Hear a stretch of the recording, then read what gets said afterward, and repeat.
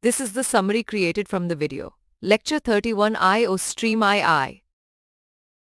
The video introduces various input-output stream classes and the java.io package, highlighting how different classes can handle input and output processing in Java programs. It first demonstrates reading from a file using the tanPutStream class, which can read input from the keyboard or a file input stream object connected to a file.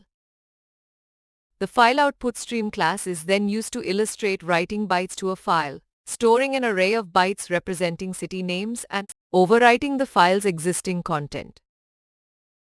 Reading from a file is shown using the fileInputStream class, where bytes are read one by one until the end of the file is reached, and each byte is converted to a character and printed.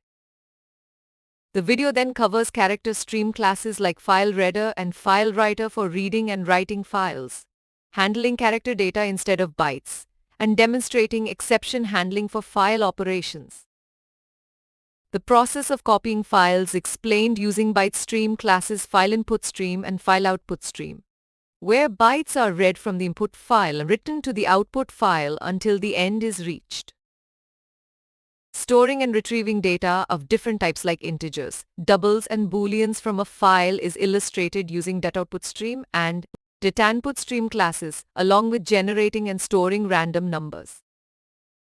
The sequenceInputStream class is introduced, showing how it can merge data from two fileInputStream objects into one file by creating a bufferedInputStream from the sequenceInputStream.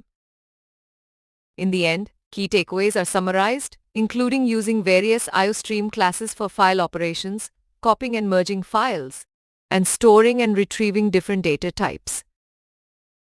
Please stay tuned for more summary videos.